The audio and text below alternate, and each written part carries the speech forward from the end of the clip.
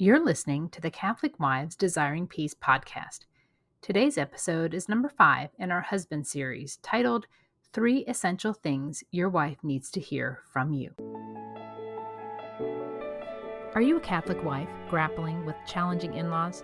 The Catholic Wives Desiring Peace podcast is your sanctuary for navigating these sometimes stormy seas of life with toxic in-laws while being validated for what you've experienced. Join me, your host, Miriam Susan, a Catholic wife who's weathered nearly 3 decades of in-law drama, as we tackle the tough issues you're dealing with head on.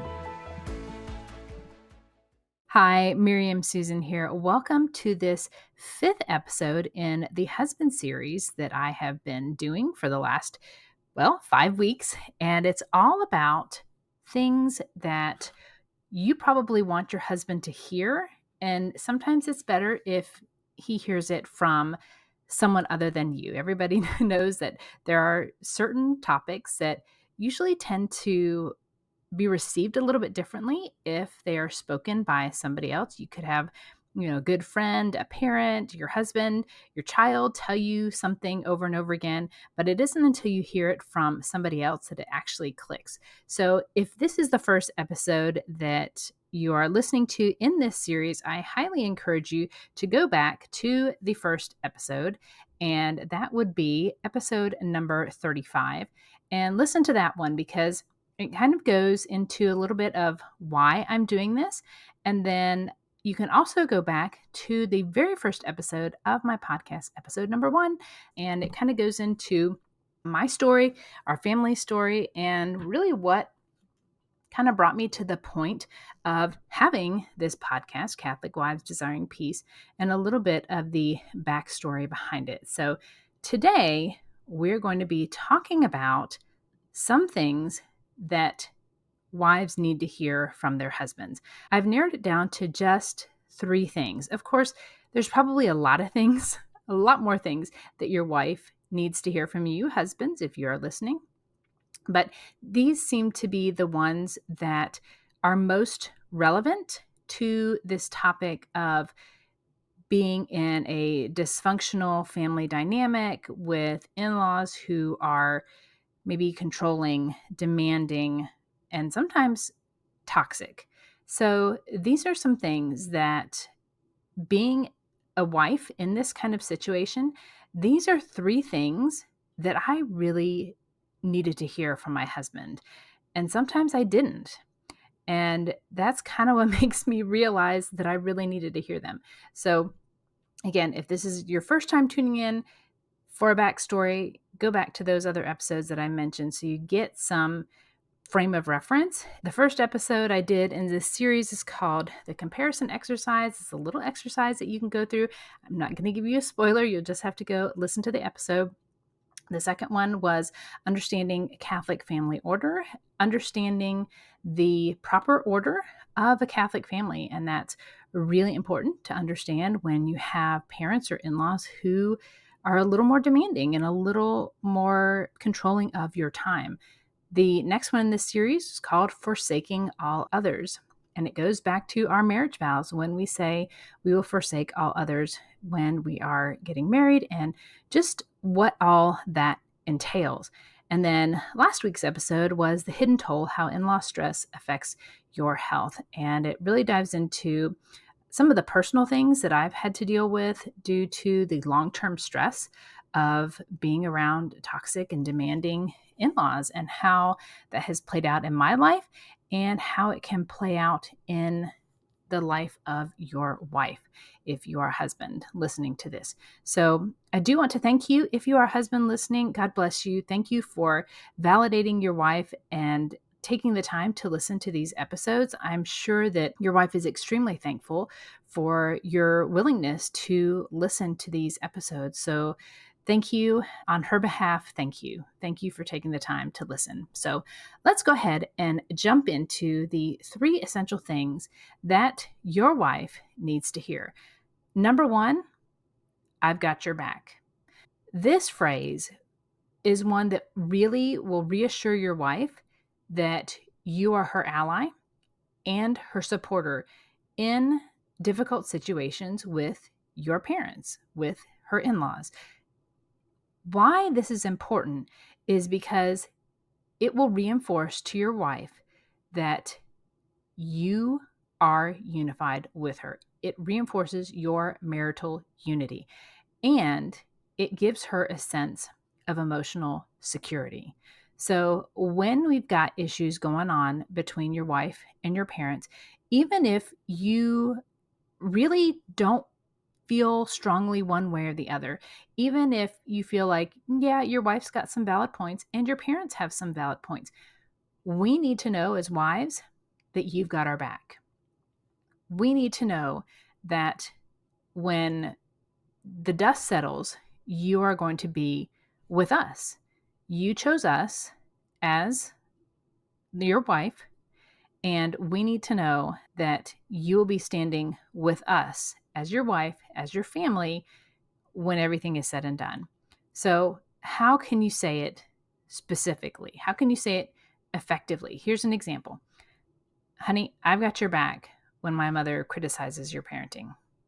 If you have parents who do say things that are critical of your wife, she needs to hear that. She needs to know that you've got her back when she's being criticized by your parents. Now, saying it is awesome, but you really have to follow it up with some actions. So instead of only saying, I've got your back the next time my mom criticizes your parenting, you can say, okay, and honey, next time she does that, I will speak up and I will defend you. Okay, so here's an example of backing it up. If you find yourself in a situation where your parents are overstepping their bounds, overstepping what they're saying, and really criticizing your wife, that's when you intervene. You can step up and say, Mom, the way she's doing it is fine. We appreciate your input, but this is the way we are going to parent our child. Doesn't have to result in elevated voices because that generally tends to escalate a situation. You can just be very matter of fact. Hey, Dad, we've got it. It's okay. I know it's not the same way you would parent, but we've got it. And then you can just be quiet and not say anything. Those of us who were raised in a less than healthy family dynamic tend to over explain. We tend to over rationalize. We tend to over justify. And really, in a situation where your spouse is being belittled, criticized over their choices, whether it's parenting, way they dress, family priorities, homeschool, whatever it is, less is more. And you can say, you know what? We've chosen not to do it that way. I hope you'll honor our decision. And that's it. I would encourage you to discuss privately together as husband and wife some strategies on how you're going to handle different situations. Some of your situations might be a lot more difficult than criticizing parenting. It might be a lot more serious. Maybe it's a situation where your wife or your child's safety is at risk. And this is something that you do need to discuss. It's probably things that you've seen before. It's probably things that your wife has noticed previously.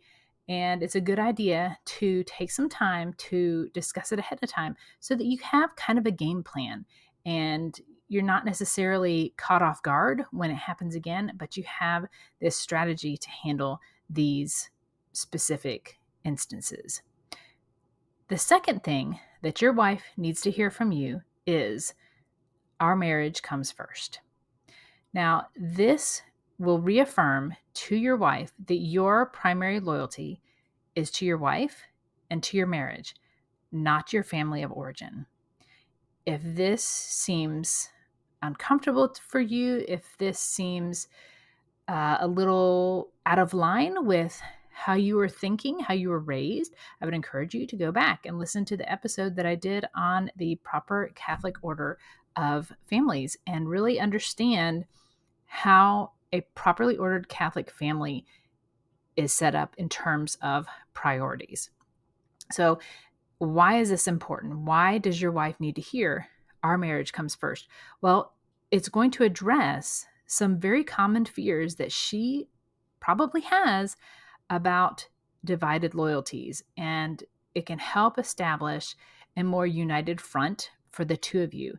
So there were many times in my marriage before my husband and I went no contact with his parents that I really felt like I came second. And the desires I had for our family, being my husband's and my children, that those were second in line to whatever his parents wanted. And that is not healthy. I'm just going to say that. That is not healthy. That is not a healthy marriage. When one of the partners feels like their desires, their way of doing things has to come behind those of the parents. We are called, husbands especially, to leave our parents. A man is supposed to leave his father and mother and cleave to his wife. We are supposed to create our own family unit. And that doesn't mean that we totally cut off our parents, but it does mean that the needs and desires of our parents, they come not second, but further down the line from the relationship between husband and wife. So, how can you be clear about this? You can say something like this to your wife: You and our marriage are my top priority, even when it means disappointing my parents. See, it is not a sin to disappoint our parents. It is not a sin to disappoint them. It is not a sin to do things differently. It is not a sin to not obey our parents as adults who are married and have children. That's not a sin.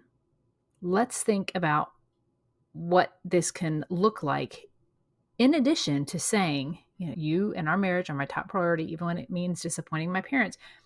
Beyond that, you need to discuss some specific boundaries. So with your wife, you can say, hey, honey, let's decide together what limits we need to set with my family.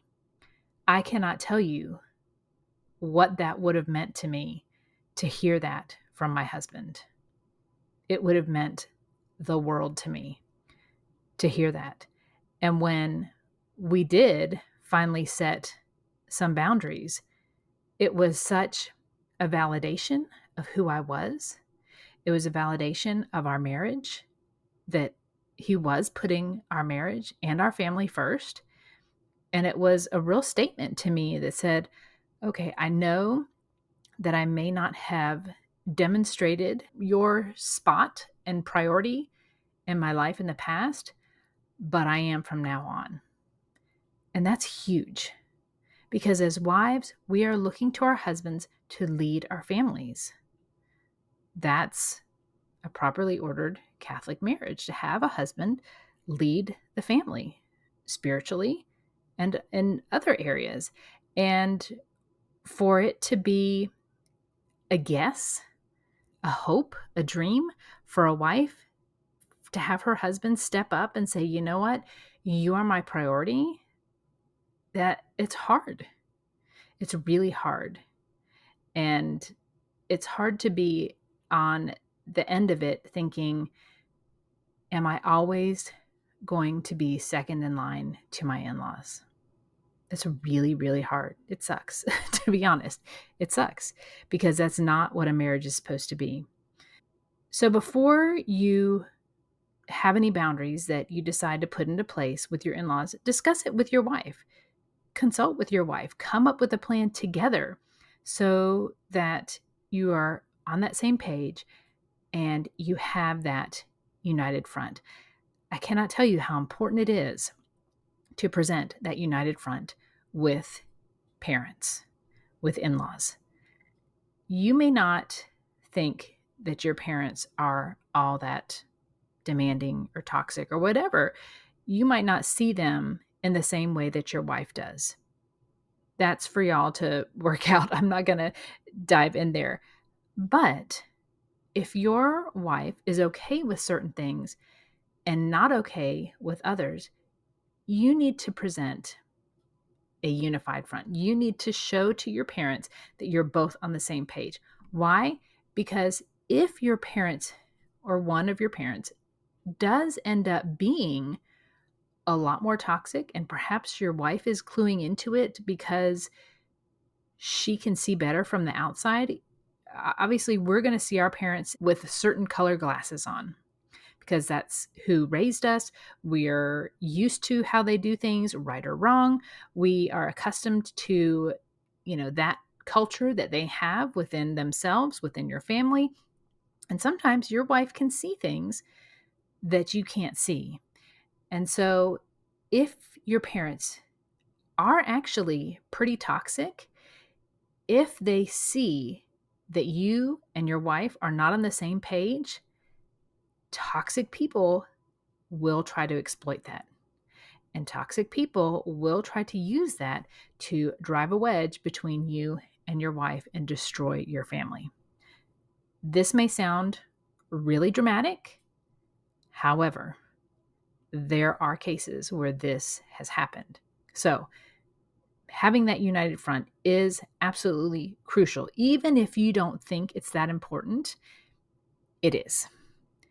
Now, you need to stand firm on any decisions you've made as a couple, even if your in-laws disagree, even if your parents disagree. So when you and your wife sit down and you come up with some boundaries, maybe it's my kids don't ride alone in the car with a grandparent. One of us has to be present. That was a boundary that we had. We let it go, and then we regretted it. Nothing super tragic happened, but our kids were subjected to some questioning that made them uncomfortable. And it was like, okay, there's a reason why we had this boundary. Why did we let it lapse? So make sure that you have agreed on what these boundaries are, what these decisions are. And then if your parents don't like it, you can say, well, this is something that we've discussed together as a family, together as a couple, and this is just how we want to do things. And just leave it at that. Again, don't over explain, don't over justify, don't over rationalize. Keep it short and sweet. If they keep asking why, if your parents keep pushing, just go back.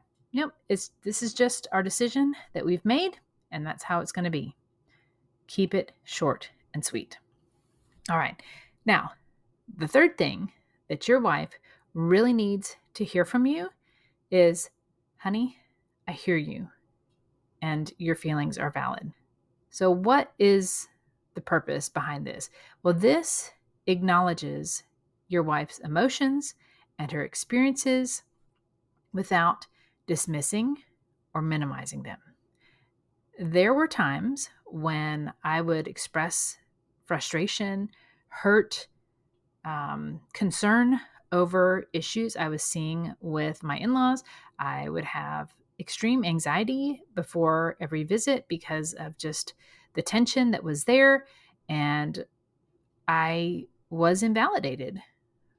And my husband had said things like, I just need you to pray about how you see my parents. That was not validating. That was dismissing and minimizing how I felt. It felt like to me, he was saying, it's all in your head. The way you see him is wrong. You need to ask God to change your perspective. Thankfully, my husband has realized that that was really hurtful and that was really damaging because it definitely was like, okay, you're not seeing him in the right way. My parents are fine. You need to get over it and ask God to help you. And that was the opposite of what your wife needs to hear. That was the opposite of what I needed to hear. So acknowledging that your wife's emotions and experiences are valid, it creates a safe space for her to communicate with you and deepens a level of emotional intimacy. So here's a way that you can say it to really validate what she's saying. You can say, I hear that you're feeling hurt when my parents exclude you, and that must be really difficult. When your wife says something, practice active listening. If she says, It really stresses me out when your parents come over because your dad nitpicks on every single thing I cook. You can say, okay, so what I hear you saying is that my dad is really critical of your cooking and it really upsets you. Then you wait and you see if you are hearing correctly, because sometimes we might say things in a very confusing way. And so it's hard for the other person to really understand exactly what you're getting at. So active listening is just a way for you to reaffirm what you think you heard, and the person who is talking to respond and make any corrections to what they're saying so that you do understand what is being said. Here are some ways to validate your wife's feelings. You're going to have to set aside time to listen to her concerns without trying to fix them. I know it is a stereotypical default for men to listen to conversations, listen to their wives, share a lot of problems, and then have this fix it attitude. Okay, well, if this is the issue, then we're going to do this. If this is it, then we're going to do that. Da, da, da, da, and going down the list, when really she just wants to know that you're listening, that you are hearing what she is saying. Now, some of the times you can ask her, you say, do you just want me to listen or do you want me to help you find a solution? That's a very valid question to ask, because sometimes she might be looking for a solution. She might be saying things and wanting your input on how to fix things, how to change things, how to make things better. But ask her, because it might be that she's just had a rough day. Maybe it's been a rough visit with your parents. Maybe a whole bunch of other things are going on and she just needs to get it out. And talking to a toddler does not work. That is not a way to solve any problems, is talking it out with a toddler. So I would encourage you to practice this active listening and ask her, is this a time where you just want me to listen? Or do you need me to offer some suggestions on how to fix things? And then follow, her lead, whatever she says. Another thing you can do is acknowledge that the relationship she has with your parents is difficult. That doesn't necessarily mean that you agree with how she sees your parents, but you can agree that the relationship is difficult. And so you could say something like, honey, I know that dealing with the constant criticism from my mom must be exhausting for you. That is a way to be honest and speak to your wife, letting her know that you understand what she's saying, that you hear what she's saying, but without necessarily understanding that she feels criticized. I hope that makes sense. I don't feel like I'm expressing it exactly how I want to say it. Not that you are denying that there's anything going on, but you don't necessarily have to agree with what she's saying in order to hear what she's saying. I think that makes more sense. As husband and wife, we are one. That doesn't mean we always see things the same way, but we got married for a reason. We are married for a reason. We are Catholic and we are called to live a certain way. And if we're married, one of our top priorities has to be our relationship with our spouses, period. That is how the sacrament is designed. It is designed for us to be each other's support, to be each other's helper, to be there, to be that person that the other one needs in times that are difficult. And if your wife is really struggling in the relationship with your parents, she needs you more than ever. She does. Sometimes she may not act like it. If she's really independent, like I tend to be, it might not seem like she does need you, but she does. She needs to know that you've got her back, that your marriage comes first, and that whatever her feelings are, that's how she feels. So to her, they're absolutely valid. Now, these are not just words. I don't want you to just take these and just, hey, honey, I've got your back. Hey, our marriage comes first. Don't just go through the motions. It's not just about saying the words, but the commitment behind it that will require consistent action. If you have been in a pattern where to your wife, it seems like your marriage does not come first, to your wife, it seems like you don't have her back, there's going to have to be some changes for her to believe you, to believe that you mean those words that you've said. I encourage you to find ways to show that to your wife on a regular basis, because if she is stressed out, if she is experiencing anxiety, if she is overwhelmed because of the strained relationship with your parents, she probably feels really, really alone. And she needs to know that you understand and you are putting her before your parents. Have ongoing conversations about these issues.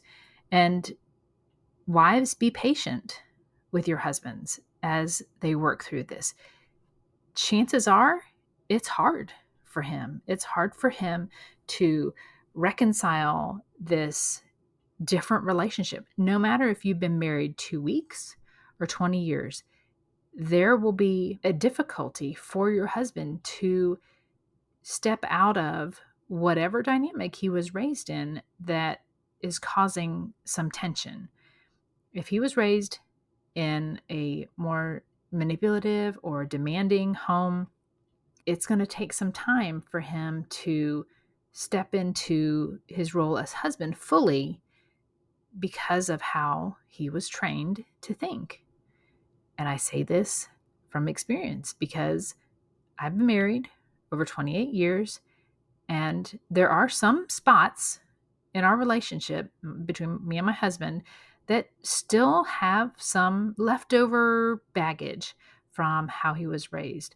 And it's a challenge, but we're getting through it. We're working with professionals and doing a lot of reading and doing a lot of learning so that we can be fully united as husband and wife, have our marriage coming first, and really know that we have each other's back. So, husbands, thank you so much for listening to this episode. Wives, thank you for listening as well and for sharing this with your husband. I pray that you both are encouraged through these messages.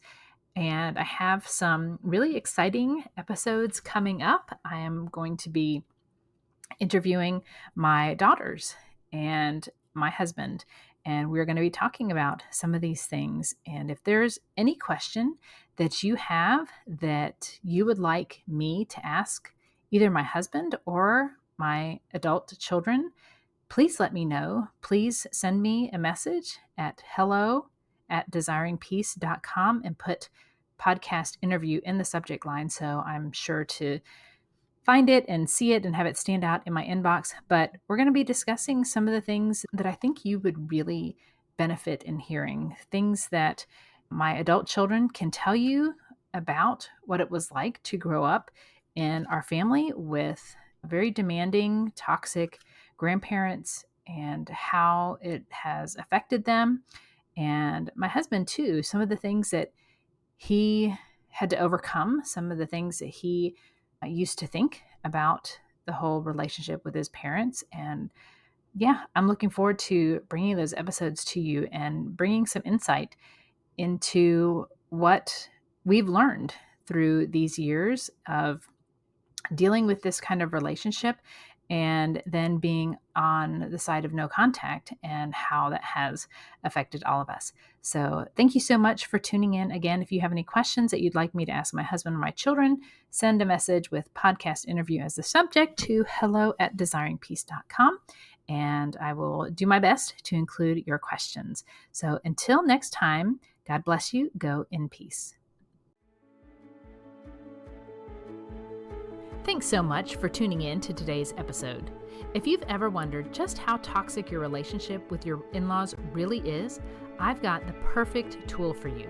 Introducing the new free Toxic In-Laws Assessment, a self-graded quiz designed to help you identify the true level of toxicity in your relationship with your in-laws. Whether you're unsure if your in-laws are really that bad or you think they might be worse than you realize, this assessment will give you the clarity you need.